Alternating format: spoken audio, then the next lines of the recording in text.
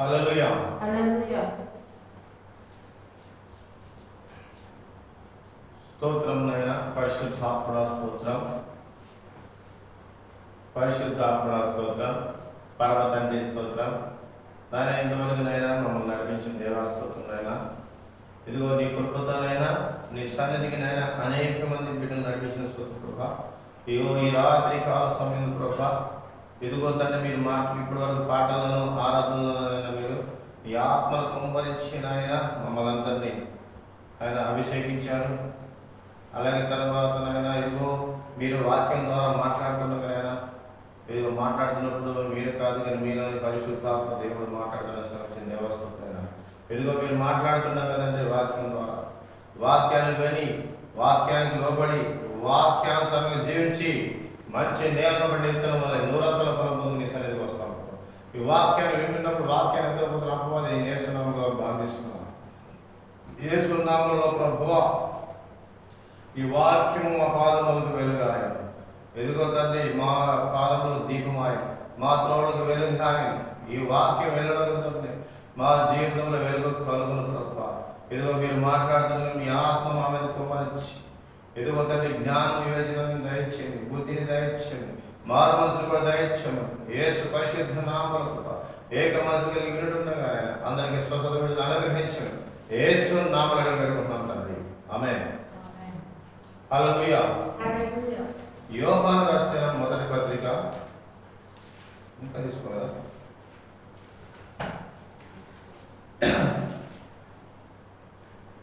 1వ అధ్యాయం 1 నుంచి 3 వచనాలు చదువు. జీవవాక్యమును గూర్చినది ఆది నుండి ఏది ఉండినో మేమేది ఇంటిమో, కన్నులారా ఏది చూచితిమో, ఏది నిదానించి కనుగొంటిమో, మా చేతులు దేనిని తాకి చూచెనో అది మీకు తెలియజేయుచున్నాము. ఆ జీవము ప్రత్యక్షమాయను, తండ్రి యొక్క ఉండి మాకు ప్రత్యక్షమైన ఆ నిత్య జీవమును మేము చూచి ఆ జీవమును గురించి సాక్ష్యమిచ్చుచు దానిని మీకు తెలియపరచుచున్నాము. మాతో కూడా మీకును సహవాసం కలుగునట్లు మేము చూసిన దానిని వినిన దానిని మీకును తెలియజేయుచున్నాము. మన సహవాసం అయితే తండ్రితో కూడాను ఆయన కుమారుడైన యేసుక్రీస్తుతో కూడాను ఉన్నది.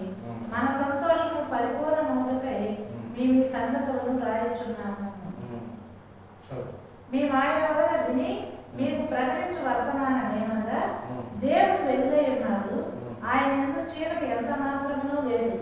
ఆయనతో కూడా సహవాసం కలవాలని చెప్పుకొని చీకటిలో నడిచిన ఎడల మనం అబద్ధమాడుచు సత్యమును జరిగింపకుందుము. అయితే ఆయన వెలుగులో ఉన్న ప్రకారము మనమును వెలుగులో నడిచిన ఎడల మనం అన్యోన్య సహవాసం కలవారమై ఉందుము. అప్పుడు ఆయన కుమారుడైన యేసు రక్తము ప్రతి పాపం నుండి మనలను పవిత్రులుగా చేయును. హల్లెలూయా. హల్లెలూయా.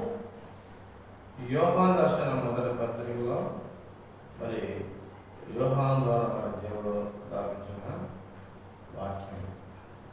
యోహాను ద్వారా మనతో మాట్లాడాడు. మరి మాట్లాడుతున్నప్పుడు నేను కాదు కానీ నాలో ఉన్న పరిశుద్ధాత్ముడు మాట్లాడుతున్నాడు. ఎవరు ఈ రాజకీయ సమయంలో మనతో మాట్లాడుతుంది? పరిశుద్ధాత్ముడు మనతో మాట్లాడుతున్నాడు. హల్లెలూయా. కాబట్టి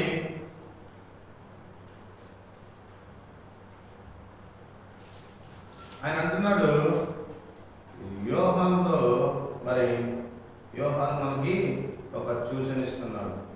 ఏమనంట? జీవవాక్యములకు వచ్చినది ఆది నుండి ఏది ఉండినో మేము ఏది వింటిమో, కనులారా ఏది సూచితమో, ఏది నిదానించి కనుగొట్టిమో, మా చేతులు దేనిని తాకి చూసినో అది మీకు తెలియజేయుచున్నాము.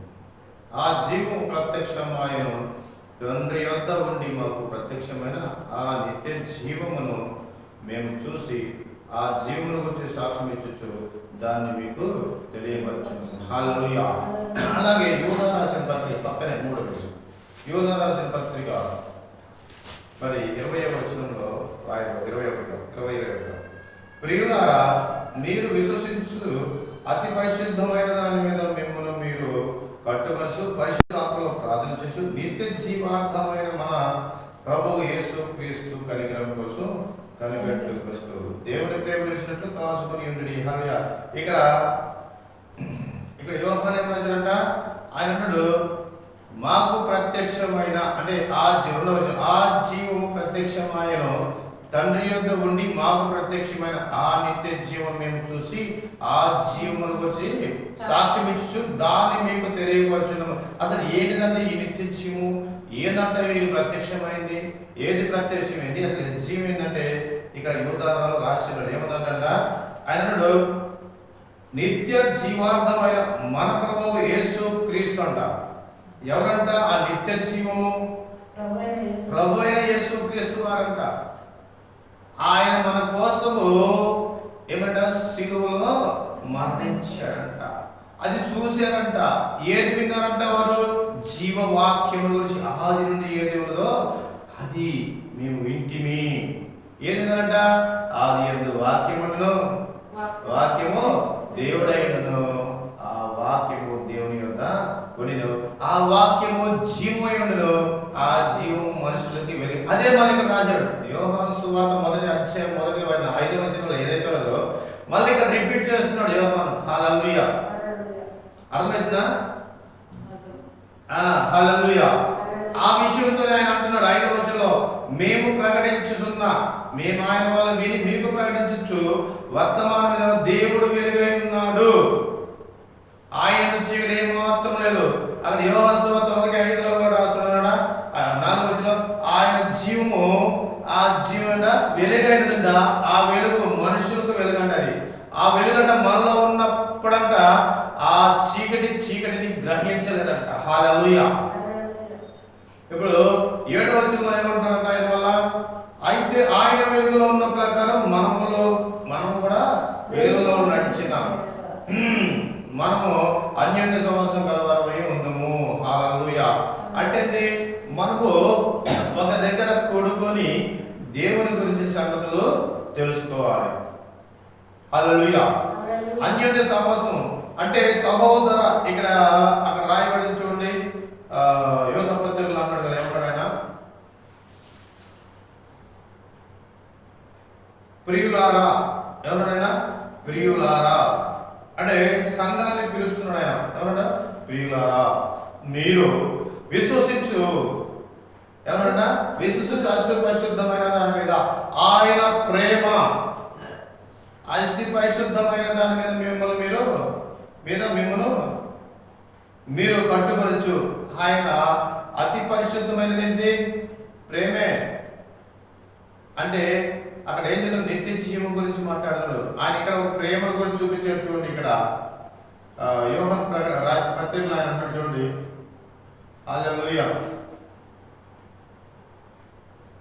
చదువు 5:6 అయితే ఆయన వెలుగులో ఉన్న ప్రకారం మనమును వెలుగులో నడిచిన మనం అన్యోన్య సహవాసం గలవారమై అప్పుడు ఆయన కుమారుడైన యేసు రక్తము ప్రతి పాపం నుండి మనలను పవిత్రులుగా చేయును. యోధపత్రంలో రాసింది 21వ వచనం అన్నాడు, దేవుని ప్రేమలో నిలిచినట్లు కాచుకొని ఉండుడి. దేవుని ప్రేమలో నిలిచినట్టుగా కాచుకొని ఉండండి. ఆయన ప్రేమ కోసం ఏదైనా కాసుకుంటా అంటే ఏంటి? ఆయన ప్రేమను మనం పొందాలంటే ఏం చేయాలట? కాసుకుంటే నిరీక్షిస్తూ ఉండాలి. నిరీక్షించుకున్నాడు. ఆయన చనిపోయాడు, రక్తం చిందించాడు, చనిపోయాడు, తిరిగి లేచాడు, మళ్ళా పరిశుద్ధాత్మ పంపించాడు. మళ్ళీ చెప్తున్నాడంట, మీరు చాలా జాగ్రత్తగా కనిపెట్టుకుని ఉండండి. ఆ జీవాత్మకం కోసం, ఎవరన్నా ఆ నిత్య జీవం కోసం కనిపెట్టుకోండి. ఎవరన్నా నిత్య జీవాత్మైన మన ప్రభు యేసు క్రీస్తు కోసం కనిపెట్టుచు దేవుని ప్రేమలో నిలిచినట్లు అది మనం కనిపెట్టుకోవాలంట. ఆయన మళ్ళా వస్తాడంట. అప్పటి వరకు మీరేం చేయాలి? పరిశుద్ధాత్మలో ప్రార్థన చేస్తూ కనిపెట్టుకొని ఉండాలా. అంటే ఆ ప్రార్థన చేసిన పరిశుద్ధాత్మను పొందుకోవాలి, అభిషేకాన్ని పొందుకోవాలి. ఆయన రాకడ కోసం ఎదురు చూడాలి. ఆ అభిషేకం లేదనుకో మనం ఎదురు చూడడం, నిరీక్షణ ఉండదు. మనం ఎంతసేపు ఇదిగో ఈ రొట్టె ముక్క ఆయన శరీరం సాదృశ్యము, ఇదిగో ఈ ద్రాక్షారసము ఆయన రక్తానికి సాదృశ్యం తాగుతున్నాము, నిత్య జీవం చెప్తున్నాము. ఇది తిని ఇది తాగడం వల్ల మనం నిత్య జీవంలోకి వెళ్తామని చెప్తున్నాము. కానీ ఆ నిత్య జీవం కోసం కనిపెట్టుకుని ఉండాలా. ఏం చేయాలి? మనము కనిపెట్టుకుని ఉండాలా. ఆయన ప్రేమని మనము మనలో మనం అయినట్టు ఆయన ప్రేమ కోసం కనిపెట్టుకుని ఉండాలంట. ఆయన ప్రేమ ఏం చేసిందంట? ప్రతి పాపము క్షమించిందంట. ఆయన ప్రేమ దీర్ఘశాంతం కలదంట. మనం కూడా అంటే దీర్ఘశాంతం కలిగి లోకంలో జీవించినంత కాలం ఏం చేయాలంటే ఓర్పుగా, శాంతంగా, దీర్ఘశాంతం కలిగి, సంపూర్ణమైన దీర్ఘశాంతం కలిగి ఉండాలి. మరి లోకంలో అందరూ దీర్ఘశాంతం కలిగి లేరు. చిన్న విషయాన్ని కూడా కోపడతారు. దేవుడు సువార్త పడిస్తుంటే అది మంచి చెడో తెలుసుకొని దాని గురించి అర్థం చేసుకుని ఎవరు కూడా దాని ప్రకారము రైటా రాంగ్ అనేది తెలుసుకోకుండా ముందుగానే వారు ఏం చేస్తారంటే సువార్త ప్రకటించకుండా అడ్డుపడతా ఉంటారు. వాళ్ళ యొక్క సాతాను వెంబడిస్తూ ఉంటుంది. వాళ్ళు సాతాను ప్రేరేపించదు. ఎందుకంటే దేవుని రాజ్యానికి ఎవరంట? సాతాను విరోధి. దేవుని రాజ్యాన్ని కాడతామంట మరి చాలా కష్టం మనం. ఎందుకంటే సాతాను గుర్తించకుండా మనము సేవ చేయకూడదు. సాతాను గుర్తించాలా. వాడు ఏ కాడికి ఏదో ఒక అడ్డం పెడుతుంటాడు, ఏదో ఒక నేరం మోపుతుంటాడు మన మీద. క్రీస్తును అంటే క్రైస్తవుల మీద, క్రీస్తుని వెంబడిస్తున్న వారి మీద ఏం చేస్తారంట? ఆయన ఏదో ఒక నేరం మోపుతా ఆ సంఘాన్ని తప్పుదోవ పట్టిస్తుంటాడు. అంటే ప్రతి ఒక్కరిని కూడా ఏదో ఒక ఇబ్బందులు ఇరుకుల్లో పెట్టేసి ఏదో ఒకటి ఆశ చూపించి మరి అది వారికి కరెక్ట్గా అనేలా చేసి వారిని పక్కకు తప్పిస్తుంటాడు. అందుకే ఆయన ప్రేమను గుర్తించుకోవాలా. ప్రేమ ఏం చేస్తుందంట? పాపంలో క్షమిస్తుందంట. ఆయన ప్రేమ ఏం చేస్తుంట? క్షమిస్తుందంట. కోపం తెప్పిదంట. దీర్ఘశాంతం ఉందంట ఆయన ప్రేమ. హల్లెలూయా. అయితే ఇక్కడ ఈ మాట ఎవరికి చెప్తున్నా అంటే శిష్యులు తెలుసుకోవాలని, అంటే మొట్టమొదటిగా సేవకులు తెలుసుకోవాలి ఈ విషయాన్ని. ఎవరైతే దేవుని సేవ చేస్తున్నారో, ఎవరైతే ఈ జీవవాక్యాన్ని ప్రకటించారో, ఆ నుండి ఏదైతే వింటున్నారో, ఏదైతే ఆయన వెంబడించారో, అలాగే ఇప్పుడు శిష్యులు కూడా ఏంటంటే దాన్నే ప్రకటించాలి.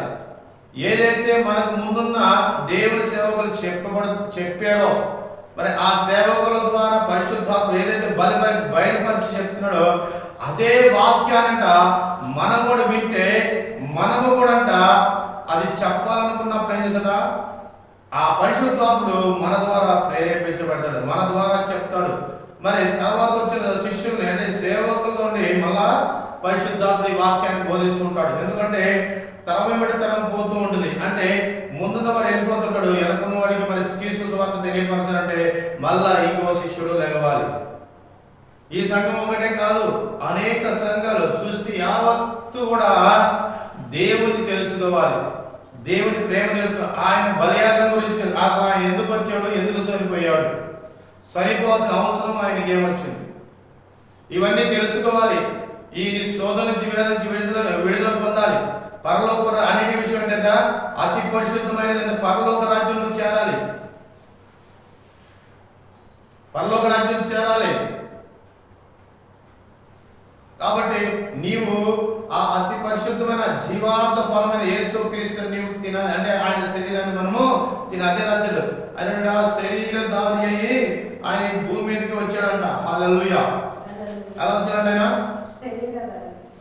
శరీరధారి అయిన ఈ భూమి మీదకి వచ్చాడు. అందుకన్నాడు ప్రభు అయిన యేసు క్రీస్తు నిత్య జీవార్థమైన మన ప్రభువుకు యేసు క్రీస్తు కనికరం కొరకు కనిపెట్టచ్చు. హల్లెలూయా. యేసు ప్రభు అంట శరీర దారి. హల్లెలూయా.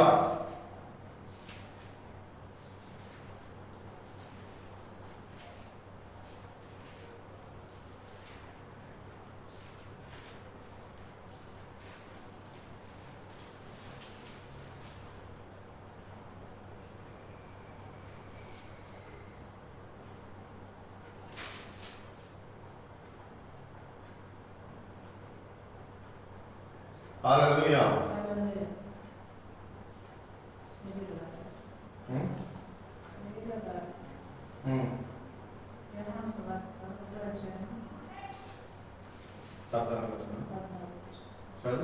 ఆ వాక్యము 1 యోహాను సువార్త 1 అధ్యాయం 14 చదువు. ఆ వాక్యము శరీరధారి అయి కృపాసత్య సంపూర్ణుడుగా మన మధ్య నివసించెను. హల్లెలూయా. హల్లెలూయా.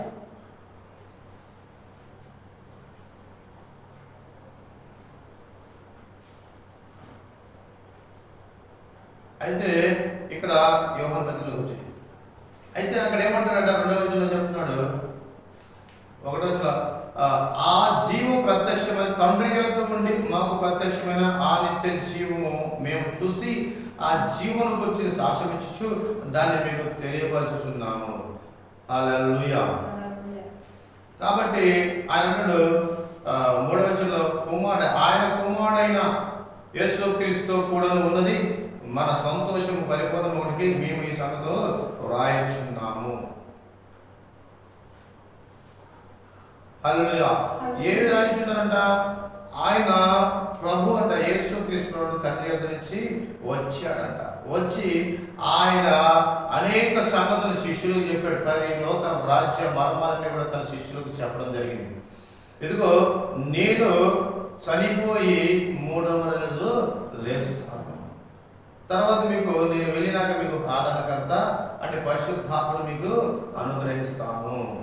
నా శరీరం తిరిగి నా రక్తం తాగితే మీరు ఆ నిత్య జీవం పొందుకుంటారు.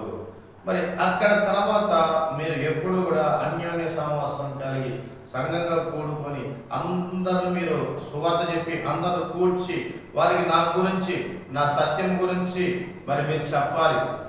నేను వెలుగై ఉన్నానని మీరు చెప్పాలి. మీరు నన్ను కనుక వెంబడిస్తే మీలో జీవితాల్లో వెలుగు ఉంటుంది. అది ఎప్పటికీ కూడా మీకు ఏ చీకటి కూడా మిమ్మల్ని వెంటాడదు, ఏ నీడ కూడా మిమ్మల్ని వెంటాడదు. హల్లెలూయా.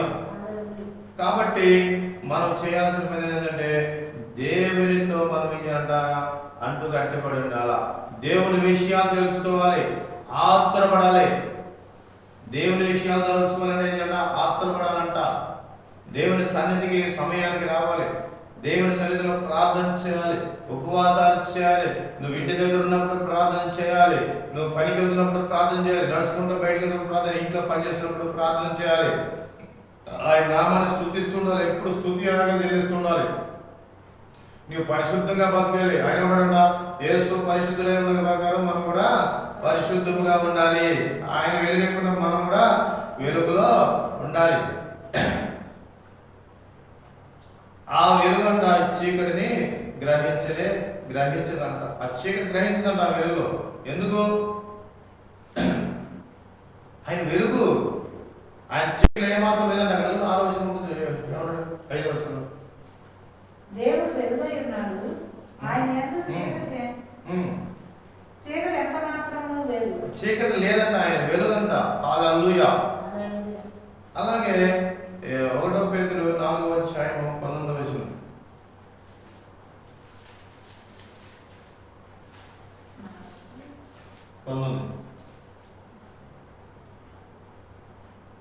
కాబట్టి దేవుని చిత్త ప్రకారము బాధపడేవారు సత్ప్రవర్తన గలవారై నమ్మకమైన సృష్టికర్తకు తమ ఆత్మలను అప్పగించుకొనవలెను. అవును, ఎలా ఉండాలంట?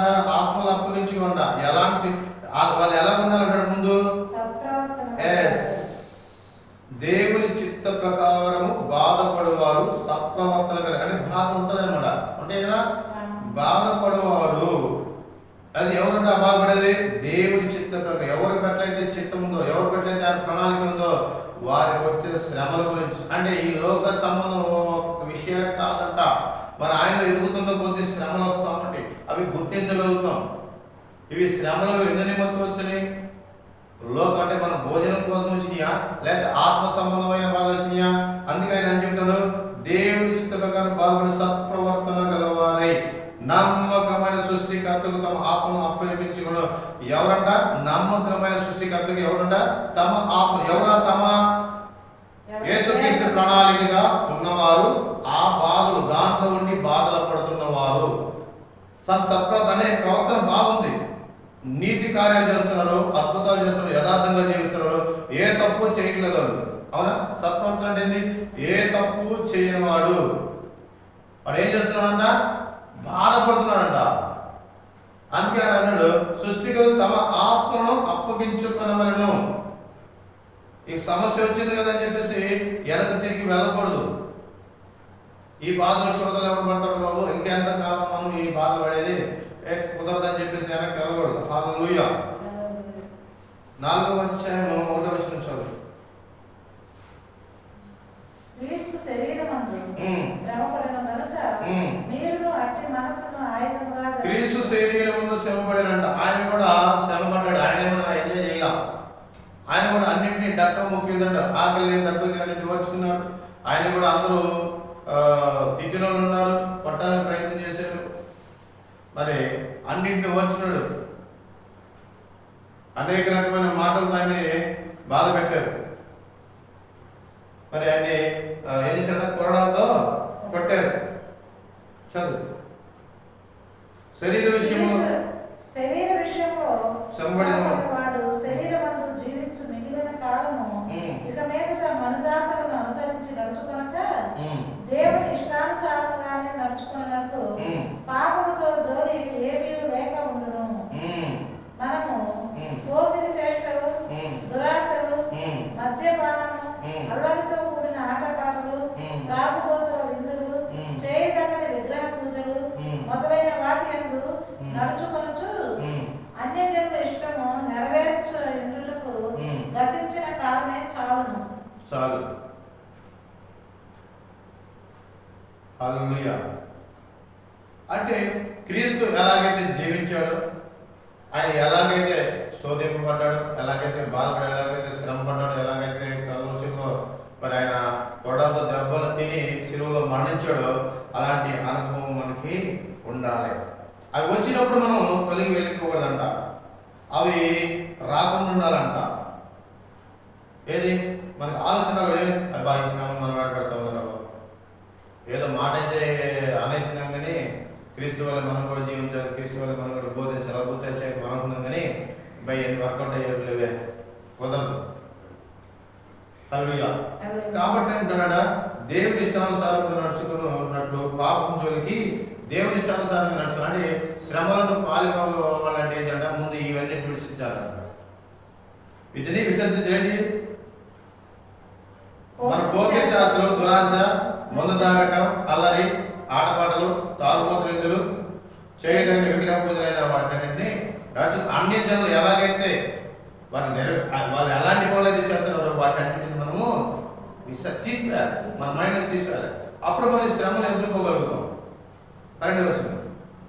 ప్రియులారా, మిమ్మల్ని శోధించడానికి మీరు కలుగుచున్న అగ్ని వంటి మహాశ్రమలకు వచ్చి మీకు ఏదో ఒక ఎప్పుడైతే మీరు ఇలాంటి అగ్ని వంటి శ్రమలు యేసు ఎదుగుతున్న కొద్దీ, అద్భుతాలు జరుగుతున్నాయి, ఎదుగుతున్న కొద్దీ మనం యథార్థంగా జీవిస్తున్నాం. ఇందాక యథార్థులు సత్ప్రవర్తన కలవారేమో అంటే అన్ని విషయాలు మనకు అంటారు. నాయన సార్ ఎందుకు శోధనలు వస్తున్నాయి, ఎందుకంటే అగ్ని వంటి శ్రమలు ఎందుకు వస్తున్నాయి అని చెప్పేసి మనం ఆశ్చర్యపోవద్దంట, అవసరం లేదంట. ఎందుకంట క్రీస్తు మహిమ బయలుపరచబడినప్పుడు మీరు అంటే అది ఆ శ్రమ ఎందుకు వస్తుందంట, క్రీస్తు అంట మహిమపరచబడబోతున్నాడంట. ఎవరైతే ఇలాంటి శ్రమలు ఎదుర్కొన్నారో వారి యందు ఆయన అదే అంటే మరి వారి ద్వారానే దేవుడు అద్భుతాలు చేస్తాడు, స్వస్థతలు విడుదల చేస్తాడు, చనిపోయిన వారు సైతం లేస్తారు. హల్లెలూయా.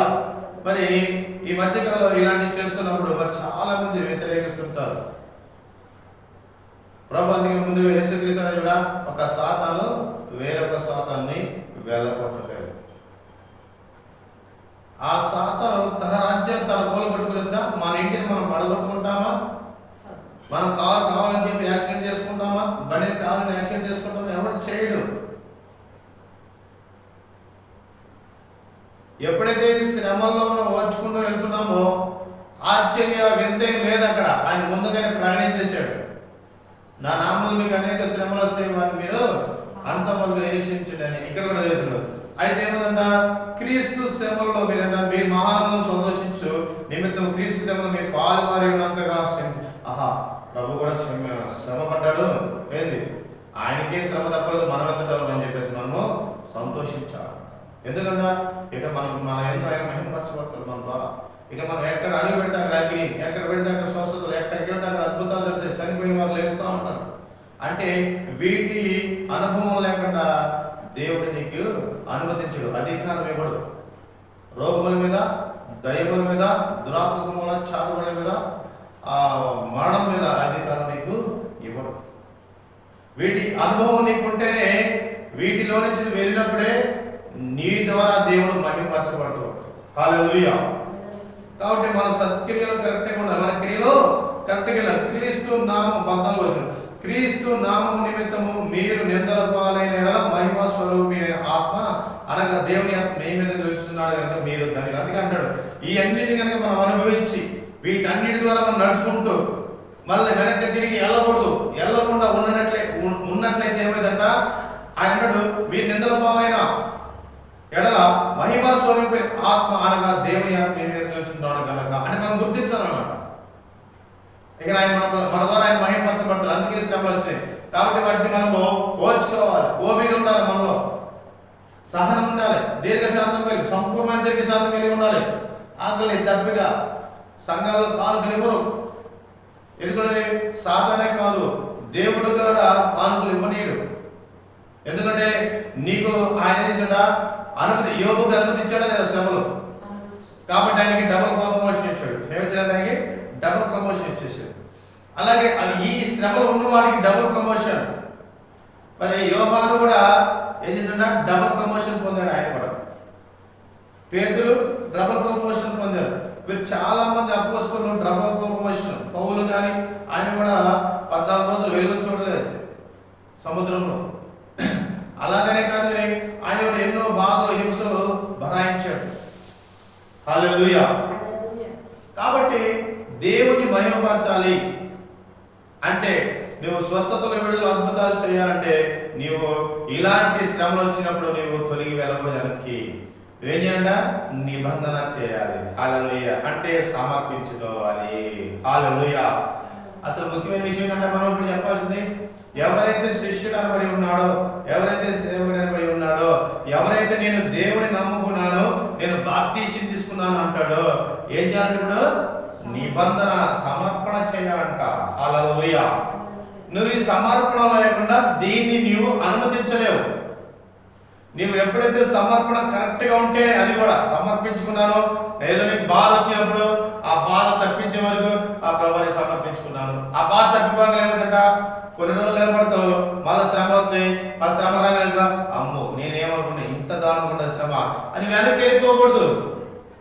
మన శ్రమలు అనుమతిస్తాడు. నిన్ను ఎప్పుడైతే అంటాడో 5:10 అంటాడు 1 పేతురు ఏమంట, తన నిత్య మహిమకు క్రీస్తునందు మిమ్మల్ని పిలిచిన సర్వకృపానిధియకు దేవుడు కొంచెము కాలం మీరు శ్రమ పడిన పిమ్మట తానే మిమ్మల్ని పూర్ణులుగా చేసి స్థిరపరిచి బలపడతాడు. ఆయన అధికారం ఇచ్చే వరకు, సంపూర్ణంగా చేసే వరకు, ఆ శ్రమను తొలగించే వరకు కొంతకాలమే అంట. ఈ శ్రమలు కూడా ఎక్కువ ఉంచుడంట అన్నాడు. ఇదే పత్రికలు అన్నాడు, నీవు రక్తము కారినంతగా, అంటే నీవు ప్రాణం పోయేంతగా నీకు ఏమైనా శ్రమలు వచ్చినాయా? అది మనుషులకు తగ్గ శ్రమలే కానీ ఓవర్ యాక్షన్ చేయాల్సిన అవసరం. మనుషులకు సహజంగా అందరికి వచ్చినట్టు నీకు కూడా వచ్చినాయి శ్రమలు. అవునా? అందరికి వచ్చినట్టే నీకు శ్రమలు వచ్చినాయి. హల్లెలూయా. 1 పేతురు 3:17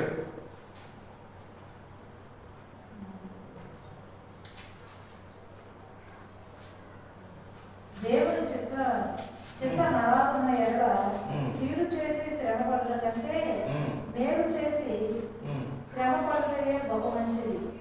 ఏదైనా ఎక్కడ ఒకటే ఏదో దేవుడి చిత్తం అలాగున్న ఎడల కీడు చేసి శ్రమపడుడు కంటే మేలు చేసి శ్రమపడుటే మంచిది. హల్లెలూయా. మన ప్రవర్తన కరెక్ట్గా యథార్థంగా జీవిస్తున్నప్పుడు వచ్చిన ప్రతి శ్రమని, బాధని మనం ఏం చేయాలంట? ఓర్చుకోవాలి, సహనంతో ఓర్చుకోవాలంట. హల్లెలూయా. ఏం చేయాలంట? మనము సహనంగా ఓర్చుకోవాలంట అన్నాడు. మీకు ఎలాంటి శ్రమలు వచ్చినాయి? మీరు సరిపోయేంత శ్రమలు వచ్చినాయా?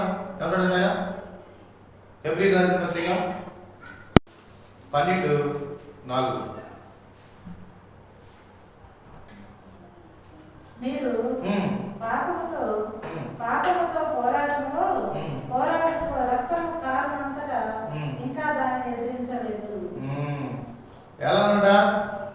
నువ్వు ఎదిరించాలంట. రక్తము కారణంతగా ఇంకా దాన్ని ఎదిరింపలేదు అన్నాడు. ఎందుకన్నాడు అన్నమాట? నువ్వు మీరు పాపముతో పోరాడుటలో అంటే ఏం చేయాలి?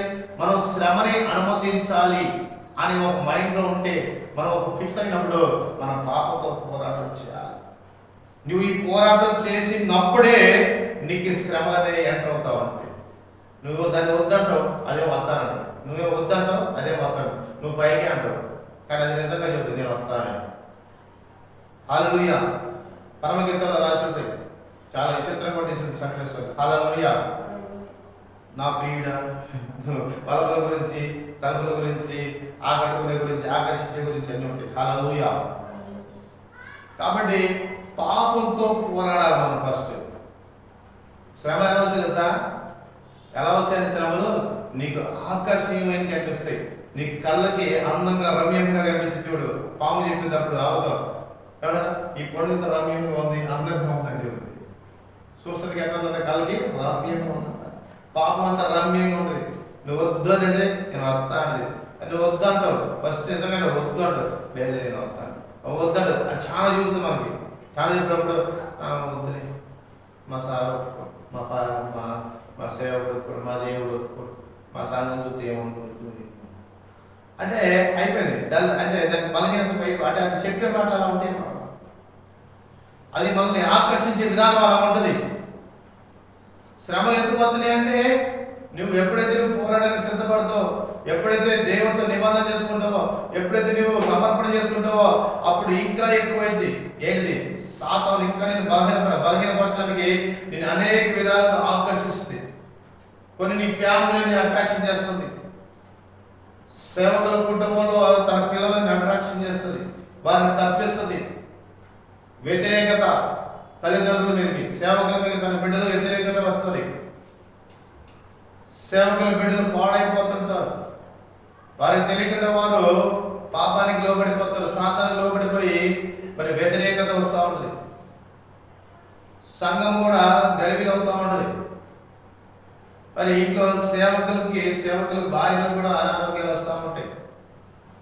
వారి బిడ్డలు సరిగ్గా మార్గంలో మరి చెడు అలవాట్లకి, చెడు సమస్యలకు అలవాటు పడిపోతారు. ఎందుకు? నీ సేవకుడు ఏం చేశాడంట? నిబంధన చేసుకున్నాడ. శిష్యుడు నిబంధన చేశాడు. ఎవరితోనే? యేసు ప్రభు వారితో.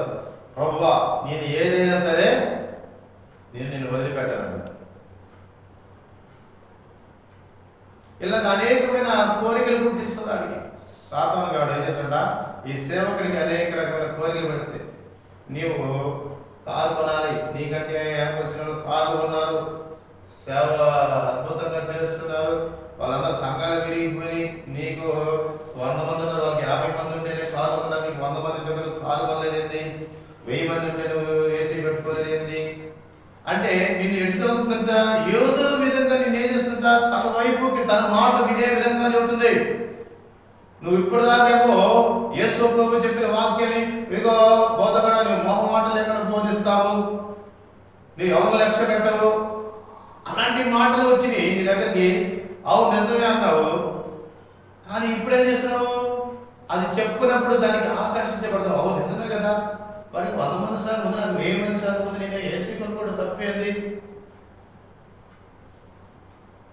అంటే ఏదో ఒక విధంగా నేను తీసుకెళ్తుంది. దేవుడికి వ్యతిరేకమైన పనులు చేపిస్తాను, ట్రై చేస్తాడు. కానీ మనం ఏం చేయాలంటే ఆలోచించాలా. వచ్చి కుమార్తె వల్ల మరి భార్య అనారోగ్యం వల్ల మరి అనేక మంది మరి క్రీస్తు విరోధులు అంటే సాతాను అంటే సువార్త విరోధులు ఎవరో ఏదో విధంగా డిస్టర్బ్ చేస్తాం. తనలో ఒక అనారోగ్యం కూడా పుట్టిస్తుంది. ఆ సేవకుల్లో పౌరులో పుట్టించింది కదా, యోగులో పుట్టించింది కదా, అలాగే ఏదో ఒక రకంగా పుట్టిస్తూ ఉంటుంది. హల్లెలూయా. మరి ఏం చేయాలంటే సొనగకూడదు, కొనకూడదు, పాపానికి లోపడదు. మన కళ్ళకి అప్పుడు ఆ టైంలో అన్ని రమ్యంగా కనిపిస్తూ ఉంటాయి. అప్పుడు దాకా కనిపించు, అప్పుడు దాకా అదే మనుషులు ఉన్నారు, అదే జీవితం ఉంది, అంతా అదే ఉంది. కానీ ఎప్పుడైతే నువ్వు నిబంధన చేసుకున్నావో, ఎప్పుడైతే నువ్వు పర్ఫెక్ట్గా ఉండాలనుకుంటున్నావో, ఎప్పుడైతే నీవు సత్క్రియలు మొదలు పెట్టాలనుకున్నావో, ఎమ్మంటే సాతానుగాడు ఇక వాడి ప్లాన్లన్నీ అప్పుడు దాకా 1, 2 ఇక అప్పుడు వాడి దగ్గర ఉన్నవన్నీ వదులుతూ ఉంటాడు, బాణాలు వదులుతూ ఉంటాడు నీ మీద. నువ్వు తప్పించుకోలేనంత ఇదిగా నేను బాణాలు నీ కుటుంబం వైపు నుంచి, నీ బిడ్డల వైపు నుంచి, నీ బంధువుల వైపు నుంచి, సంఘం వైపు నుంచి, లోకం వైపు నుంచి, నీ జీవిత నీ సొంత నీ శరీరం నుంచి అనేక రకాలుగా నేను బలహీనపరుస్తూ ఉంటుంది, అనేక శ్రమలు కనిపిస్తూ ఉంటుంది. ప్రభు చూస్తూ ఉంటాడు. ఇదిగో నా సేవకు నిబంధన చేశాడు, నిలబడతాడు అని ఆయన ఎదురు చూస్తూ ఉంటాడు. హల్లెలూయా.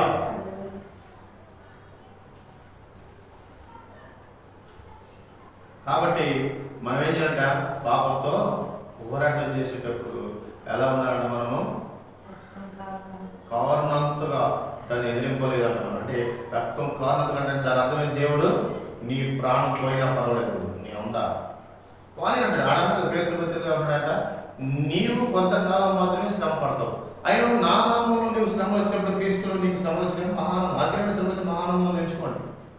మీ శరీరంలో ఎవరన్నా బాధ కలిగినప్పుడు హల్లెలూయా 4వ అధ్యాయంలో రోజు క్రీస్తు శరీరం శ్రమపడిన శరీరం విషయంలో శ్రమపడిన వారు శ్రమయందు జీవితం మిగిలినంత ఇక మీద మనసాలు అనుసరించగా. ఇక నువ్వు నీ శరీరంలో బాధ వచ్చినప్పుడు ఏంటంటే ఏమైనా ఇప్పుడు దాకా బాగానే ఉంది కదా, నేను అనవసరంగా నిబంధన ఈ దురాత్మ ప్రభావం నాకెందుకు, ఇవి వచ్చి నన్ను అటాక్ చేయటం ఏంది, ఇవి వచ్చి నన్ను నాకెందుకు అంత అవసరం, నాకు నేనేదో మామూలుగా వాక్యం చెప్పేసుకొని బోధించేసేసి అయిపోతుంది, అందరిలాగా నేను బతికి అయిపోతుంది కదా, ఇక నేను అందరు నాకెందుకు ఈ దరిద్రం ఎందుకు, ఈ శ్రమ ఎందుకు, నాకు ఈ బాధ ఎందుకు, నేను కూడా కాలు వేసి కనుకొని తిరుగుతూ ఉన్నాను, నేను దేవుని సేవ చేస్తున్నాను కదా, నేనేదో పాపం చేయలేదు కదా పోయి ఎందుకు నాకు ఈ శ్రమలా అని అనుకోకూడదు. పోరాటం చేయాలా, సాతానుతో పోరాటం చేయాలా, పాపంతో పోరాటం చేయాలా.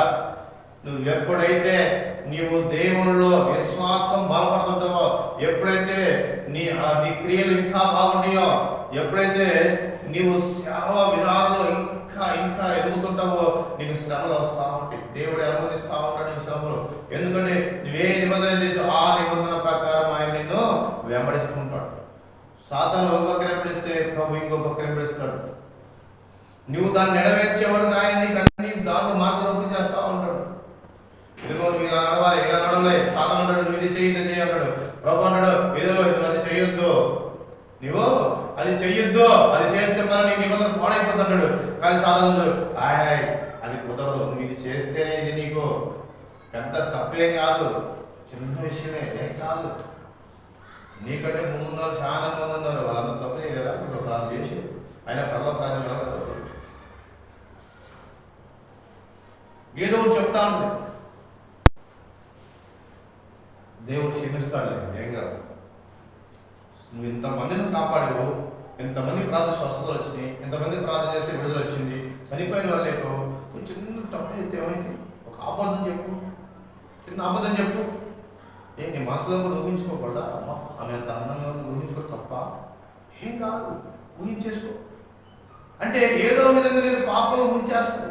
ఎందుకు నిన్ను అసలైన శ్రమ నుంచి తప్పించి ఈ శరీరంలో సంబంధించిన విషయాల్లోకి నేను చేసంట నిన్ను ఆ యోగు నలగొట్టినట్టుగా నిన్ను నలగొట్టి దేవుడు దూషించేలాగా చేసేసి నీ నిబంధన ఏం చేసినట్టు అది తొలగించేస్తుంది. నీ నిబంధన నుంచి నేను తీసుకొచ్చేసి బయటికి.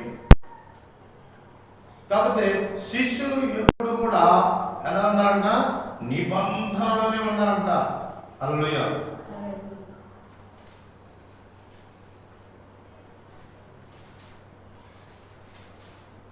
మరి ఇక్కడ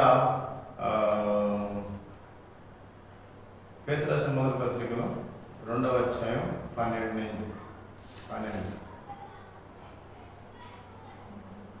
అన్ని జనులు మిమ్మల్ని ఏ విషయంలో దుర్మార్గాన్ని దూషించారో ఆ విషయంలో వారు మీ సత్క్రియలను చూసి వాటిని బట్టి దర్శన దినమున దేవుని మహిమపరచునట్లు వారి మధ్యను మంచి ప్రవర్తన గల వారే ఉండవారని మిమ్మల్ని బతిమాలుకొనిచున్నాను.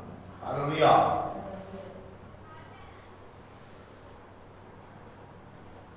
సంఘము చెప్తున్నాడు, యాజకులకి చెప్తున్నాడు, అందరికీ చెప్తున్నాడు ఆయన. హల్లెలూయా.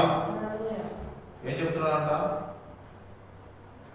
19 అయితే మీరు చీకటిలో నుండి ఆశ్చర్యకరమైన తన వెలుగులోనికి మిమ్మల్ని పిలిచిన వారి పునాది సేవను ప్రచురం చేయ నిమిత్తం, అంటే ప్రభు గురించి మనం ఏం చేయాలంట, ప్రకటించాలంట. ఎందుకంట ఏర్పరచబడిన వంశం ఉంటారు, రాజులైన యాజక సమూహమును పరిశుద్ధ జనమును దేవుని సొత్తైన ప్రజలే ఉన్నారు. హల్లెలూయా. ఎలా ఉన్నాడు మనం? దేవుని సొత్తై ఉన్నామంట మనం. హల్లెలూయా.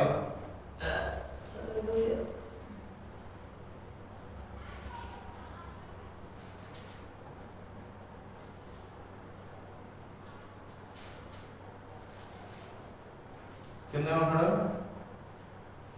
పండుగలు ఉన్నాడంట. ఎవరైతే మనం దూషిస్తున్నారో, ఏ విషయంలో మనల్ని బాధ పెడుతున్నారో వారంట మన సత్క్రియలను చూసి వాటిని బట్టి దర్శించిన దేవుని మహిమపరిచినట్టు వారి మధ్యన మంచి ప్రవర్తనగా ఉండాలని మేము నిబంధన.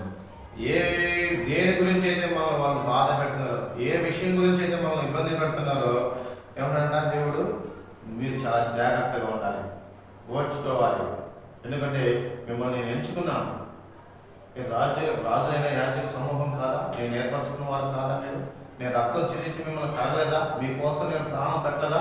మీరు నా చొత్తు, నేను నా రక్తాన్ని ఖరీదైన చూసాను. నేను నా ఏమన్నా నేను మిమ్మల్ని విలువ పెట్టి కొన్నాను. మీరు నా సొత్తు ఉన్నారు. ఏమన్నా మీరు నా సొత్తు, నేను మా రక్తం స్వరక్తం ఇచ్చి మిమ్మల్ని కొనుక్కున్నాను. ఏమి ఇచ్చుకున్నానంటే స్వరక్తం ఇచ్చుకున్నానంట ప్రభు మనల్ని. హల్లెలూయా. కాబట్టి మనం ఏం చేయాలంటే, ఈ ప్రజలు బాధ పెడుతున్నారు, వారికి తెలీదు.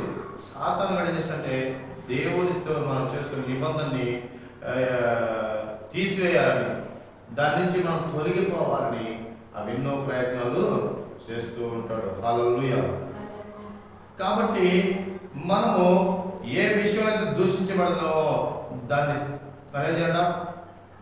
పునరావృతం చేయాలి. అంటే మన సత్క్రియలను బట్టి వారి దేవుని మహిమపరుస్తారు. ముందు ఎవరైతే తిట్టారో ఏదైనా యేసు ప్రభు దేవుడు అంట, మనకేమో ఎంతమంది దేవుడు, ఎవరు దేవుడు? వారు ఆ దేశం దేవుడు, ఈ దేశం దేవుడు, ఇలాగా తిడతా ఉంటారు. ఆ వీరి సువార్త చెప్పేమని ఎట్లా కొడుతున్నారు, తిడుతున్నారు. అలాగే మైకులు పెట్టుకుని చెప్పాయని, ఇక్కడ మా సువార్త చెప్పొద్దు, మాకు దేవుడు ఉన్నారు, నువ్వెవరో మాకు చెప్తాను. ఇలాగా మరి కొంతమంది అయితే నలుగురు చంపుతున్నారు, బాధలు పెడుతున్నారు, అన్ని విషయాలు ఇస్తున్నారు. వాళ్ళు ఏం చేస్తున్నారంటే మళ్ళీ వచ్చి సాక్ష్యం చెప్తున్నారంట. వాళ్ళు ఏం చెప్తారంట? దర్శనం మందంట దేవుని మహిమపరుస్తున్నారంట వాళ్ళు. హల్లెలూయా. అలాగా మహిమపరచబడాలి అంటే దేవుడు మనము ఆ శ్రమల్ని అనుభవించాలి, అంటే అనువదించాలి. హల్లెలూయా. ఒక చిన్న విషయం చదివి ముగించాడు. 1 పేతురు 19 అమూల్యమైన రక్తము చేత అనగా నిర్దోషమును నిష్కలంకమునకు గొర్రెపిల్ల క్రీస్తు రక్తము చేత విమోచించబడితిరని మీరు ఎరుగుదురు కదా. ఆయన జగత్తునాది వేయబడక ముందే నియమింపబడిన కానీ అక్కడ ఏమన్నా అమూల్యమైన రక్తము చేత అనగా నిర్దోషమును నిష్కంశమునగును గొర్రెపిల్ల వంటి క్రీస్తు రక్తము చేత. ఆయన ఎలా ఉన్నాడంట? గొర్రెపిల్ల అంట. అంటే తల వంచేసింది. కసాయోడి దగ్గర గొర్రె ఏం చేసుకుంట? తల వంచి మేలుకుంటుంది. అలాగే ప్రభు కూడా చేసిన మన కోసము తల వంచేసి, మన కోసం ఆయన నోరెత్తల, ఆయన యుద్ధం చేయలేదు మన కోసమే. ఆయన మరణించడానికి సిద్ధపడ్డాడు. ఎందుకంటే మనం విమోచించడానికి. హల్లెలూయా. మనల్ని విమోచించడానికి. అంటే దేని నుంచి విమోచించి, ఏంటంటే విమోచనంటే పాపము నుంచి, నరకము నుంచి విమోచించడానికి. ఆయన గొర్రె పిల్ల వల్ల తల వచ్చేసాడంట. ఇదిగో పిలాతు ఆ యేసుని మీరు సిలువ వేయాలని కేకలు వేస్తారంట. ఎందుకు అని అడిగే లోపల ఇంకా కేకలు వేస్తున్నారంట వాళ్ళు. సిలువ వేయి, సిలువ వేయి, పిలాతు సిలువ వేయి అంటున్నారంట. అందుకే అక్కడ యోహాను రాసిన మొదటి పత్రికలో ఉన్నాడంట, మేము కనులారా ఏది చూచిందేమో, ఏది నిదానించి కనుగొంటేమో అంటున్నాడు. అదే మీకు తెలియజేస్తున్నాను. ఏది తాకితేమో, మా చేతులు దేని తాకి చూచినో అది మీకు తెలియజేయుచున్నాము. ఆ జీవం ప్రత్యక్షమైన అది తండ్రి యొద్ద నుండి మాకు ప్రత్యక్షమైన ఆ నిత్య జీవం మేము చూసి ఆ జీవం సాక్షించడానికి మీకు తెలియపరచు. ఎవరు తెలియపరచాలంటే యోహాన్ ఎవరంట? దేవుని శిష్యుడు, యేసు ప్రభువు శిష్యుడు. మనం కూడా ఏం చేయాలంట? అవి విని వాటిని పొందుకొని మరి పరిశుద్ధాత్మ సహాయంతో మనం కూడా ప్రకటించాలి. అది చేయాలి, జరగాలి అంటే ఇలాగా ప్రతి ఒక్కరూ ఎలాగైతే ఈ దేవుని వాక్యం చదివి ఆకర్షించబడుతున్నారో ఈ వాక్యానికి, ఈ వాక్యంలో ఉన్న ప్రతి శిష్యుడు అనుభవించిన ఆ నిబంధన గురించి కానీ ఆ నిబంధనలో ఉండి అనుభవించిన శ్రమల గురించి మనం చదువుకుని ఎలాగైతే ఆకర్షించబడుతున్నారో అలాగే మరి ఇప్పటి సేవకులు కూడా అలాంటి సాక్ష్యం పొంది అలాగా అనేకుల్ని దేవుని వైపు ఆకర్షించేలాగా మన సత్ప్రవర్తన కలిగి ఉండాలి. అలాంటి నిబంధన కలిగి ఉండాలి. అలాంటి శ్రమలు వచ్చినప్పుడు ఏం చేయాలంటే మనము ఆహ్వానించాలి, దాన్ని అనుమతించాలి. ఈ లోక అడుగుతారు ప్రభు అంటే అక్కడ ఎవరంటే పరిస్థితి పత్రికలో యాకోబులో మీరు అడుగుతుంది నిమిత్తము మీ భోగచ్చల నిమిత్తమే కదా మీరు అడుగుతుందంటే మన వాటి వల్ల ఇందాక అన్నాడు ఒక మాట ఏమంటే శరీరము, శరీరచ్చల గురించి కదంట అక్కడ. హల్లెలూయా. శరీరం బాధపడుతుందని కదంట. నువ్వు శరీరం గురించి ఆలోచిస్తున్నావు. ప్రతి ఒక్కరు ఏం చేస్తుంటే నా శరీరానికి కావాలి, ఏది కావాలో దాని గురించి ఆలోచిస్తున్నాడు. ప్రతి ఒక్కరు శరీరం గురించి ఆలోచించదు. శరీరానికి వచ్చే సమస్యల గురించి ఆయన చెబుతుంది. ఆత్మ సంబంధమైన విషయాలు చెప్తాడు ప్రభు ఎప్పుడు, కానీ శరీర సంబంధమైన విషయాలు చెప్పడు. మీకు శరీరానికి గాయమైంది కాబట్టి, ఎదురు దెబ్బ తగిలింది, జ్వరం వచ్చింది కాబట్టి, తలకాయ నొప్పి వచ్చింది కాబట్టి ఏంది ఇలాంటివి ఆయన చెప్తుంది. నాకు ఆకలి అవుతుంది ప్రభా, అన్నం లేదు ప్రభా, బియ్యం లేదు ప్రభా, పోయి పని చేసుకోవాలి. అవి కాదు.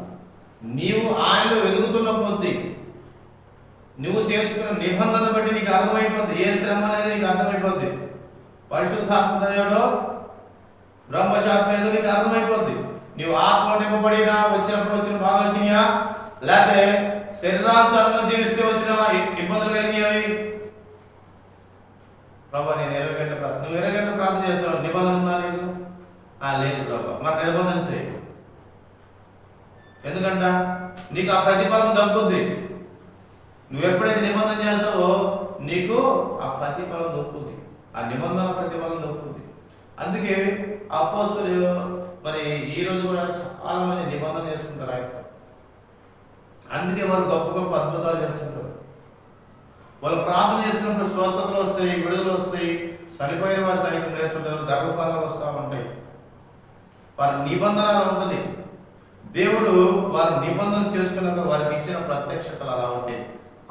అంటే అభిషేకం అలాంటిది ఉంటుంది. అంటే నువ్వు ఎంత ప్రార్థన చేస్తావో, నువ్వు ఎంత దేవుడితో గడుపుతావో, ఆ దేవుడితో గడిపితే కూడా ఇందాక ఏమన్నాడంటే ఆయన, ఇదిగో నీవు నీ హృదయము ప్రతిరోజు ఏమంటే మన హృదయం అంట, మన హృదయం ఆయనతో ఉండాలి. ఏవో పిచ్చి పిచ్చి ఆలోచనలు మనం నింపుకోకూడదు. కడుపులో మన హృదయం నింపుకోకూడదు.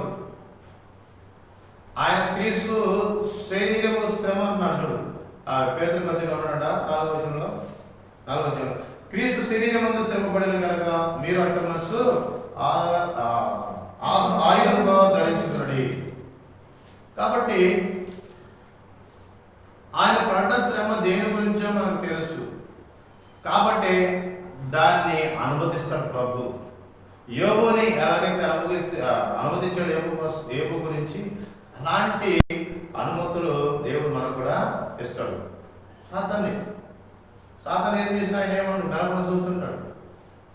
మన ప్రాణం తప్ప అన్నీ చేస్తాడు. మన ప్రాణం ముట్టు కూడా సాతాను. మన ఆత్మను ఏం చేయలేడు. ప్రభు అంటాడు, దేహమును చంపవాడికి భయపడకండి, దేహంతో పాటు ఆత్మని చంపువాడికి మీరు భయపడండి. దేవుని యొక్క భయభక్తులు కలిగి ఉంటే, నిజమైన దేవుని భయభక్తులు కలిగి ఉంటే, నిజంగా నీవు కనుక సమర్పణ నిబంధన కరెక్ట్గా ఉన్నట్లయితే నీకు శ్రమలు ఎన్ని వచ్చినా నువ్వు ఎట్లా ఉంటా ఆనందంగా ఉంటుంది. ఎందుకంటే ఆయన ఏదో మహిమపరచబడిపోతున్నాడని నీకు అర్థమైంది. ఇది నా కోసం వచ్చింది కాబట్టి ఎవరు వచ్చిందా? ఆయన మహిమపరచారు. యేసుక్రీస్తు వారు అన్నాడు, ఏమన్నాడంట? తండ్రి నేను మహిమపరిచే గడి వచ్చింది, నువ్వు నన్ను కూడా మహిమపడతావు నాకు తెలుసు అన్నాడు. లాస్ట్ టైం అన్నాడు, ఎప్పుడు ఆ రాత్రి ప్రార్థన చేసేటప్పుడు, బాబా తండ్రి నేను మహిమపరిచాను, నువ్వు చెప్పినది ఏదైతే చెప్పని చేసేసింది అయిపోయింది. తండ్రి నీ మహిమ నేను చెల్లించేసాను, ఇక్కడ నీ మహిమ వచ్చేటట్టుగా నేను ప్రవర్తించాను, నా సత్ప్రవర్తన బాగుంది, నేను చాలా బాగా నడిపించాను తండ్రి. మరి అక్కడ నాకు ఏదైతే మహిమ ఉందో ఇక్కడ నాకు మహిమ కలిగినట్టుగా దాన్ని నాకు ఇచ్చేయి. ఏంది? నా చిత్తం కాదు కానీ నీ చిత్తం జరిగించు తండ్రి అని ప్రార్థన చేసి వేడుకుంటాడు ఆయన. అప్పుడు ఏం చేస్తాడు? ఆయన శిలువకి అప్పగిస్తాడు తండ్రి కుమారుడిని. ఏం చేస్తాడా? కుమారుడిని శిలువకి అప్పగిస్తాడు, మరణానికి అప్పచెప్పాడు. అప్పుడేమన్నా తండ్రికి కుమారుడికి మహిమ వచ్చేసి, అప్పుడు ఏ మహిమ అయితే అక్కడ ఉందో అదే మహిమ ఇక్కడ కూడా ఇవ్వబడింది. చూడండి ఎంతమంది యేసు ప్రభువుని అంగీకరిస్తున్నారు. కాబట్టి ఆ శ్రమలు వచ్చినటువంటి మహిమట ఆయన మహిమ వచ్చేటికే ఈ శ్రమ అనుభవించబడింది. మరి నువ్వు ఆయనకు మహిమను నిజంగా నువ్వు తేవాలి అనుకుంటే, యేసు క్రీస్తు ప్రభు దేవుడు మనకు పరలోక రాజ్యం ఇచ్చాడు, మన కోసం సరిపోయాడు, ఆ నిత్య జీవం మనకి ఇస్తున్నాడు అని నువ్వు నమ్మినట్టయితే నీవు ఫస్ట్ చేయాల్సిందంటే నిబంధన అంటే సమర్పణ మనము చేసుకోవాలి. హల్లెలూయా. కాబట్టి శిష్యుడు అనబడిన వాడు మరి దేవుని రక్షణ పొందిన ప్రతి ఒక్కడు కూడా ఏం చేయాలంటే సమర్పణ చేసుకోవాలి, నిబంధన చేసుకోవాలి. హల్లెలూయా. అంటాడా పాత నిబంధన కదా, నిబంధన మనసు. నువ్వు ఎప్పుడైతే నిబంధన చేసుకుంటావో నీలో మనసు ఉంటుంది, అంటే నీలో అభిషేకం, ఒక శక్తి ఉంటుంది నీలో, అతీతమైన శక్తి ఉంటుంది. అలాగా దేవుని శక్తి నీలో ఉంటుంది. ఎప్పుడు ఆయన అగ్ని ఆరదు నీళ్ళు, ఎప్పుడు ఆరదు అగ్ని, ఎప్పుడు అగ్ని మండుతూ ఉంటుంది, నిన్ను మండిస్తూ ఉంటుంది, అగ్ని మండుతూనే ఉంటుంది, నిన్ను మండిస్తూనే ఉంటుంది. దాంట్లో నువ్వు జీవిస్తూనే ఉంటావు ఎవరినప్పుడు. నిబంధన లేకుండా సమర్పణ లేకుండా ఎవరు కూడా దేవుని కార్యాలు చేయలేడు, దేవుని మహిమపరచలేడు. నువ్వు భాషలు మాట్లాడితే దేవుని మహిమపరిచినట్టు కాదు, నువ్వు ప్రవచనం చేస్తే దేవుని మహిమపరిచినట్టు కాదు, గొప్ప వాక్యం చెప్తే అవలేక వాక్యం చెప్తే నీవు దేవుని మహిమపరిచినట్టు. నీకు నిబంధన ఉండాలి, నిబంధన సమర్పణ. నీవు శ్రమను అనుభవించాలి, బాధలను అనుభవించాలి, అంతేగాని సుఖాన్ని అనుభవించడానికి వీల్లేదు, పాపాన్ని అనుభవించడానికి వీల్లేదు. నేత్రాశ జీవులమును శరీరాశను లోకాశలన్నింటినీ విడిచిపెట్టాలి. నువ్వు దేవుని మహిమపరచాలి అంటే, దేవుడు నిన్ను తన దగ్గరకు చేర్చుకోవాలంటే నువ్వేం చేయాలంట? నిబంధన చేసుకోవాలి, పరిశుద్ధంగా జీవించాలి. ఆ ప్రత్యక్షతలు పరిశుద్ధాత్మించే ప్రతి ప్రత్యక్షతలు పొందాలంటే నువ్వు మొట్టమొదటిగా ఏం చేయాలంట? నిబంధన చేసుకోవాలి. నువ్వు అభిషేకించబడాలంటే నిబంధన చేసుకోవాలి. నువ్వు పరలోక రాజ్యం చేరాలి. ఆయన కీర్తిని దేశమంతటా రాజ్యమంతటా ప్రపంచంలో ప్రకటించాలంటే నువ్వు నిబంధన చేసుకోవాలి. ఆయన మహిమ తేవాలని నిజంగా నువ్వు అనుకుంటే నువ్వు ఆయన శ్రమలో పాల్గొడవాలి.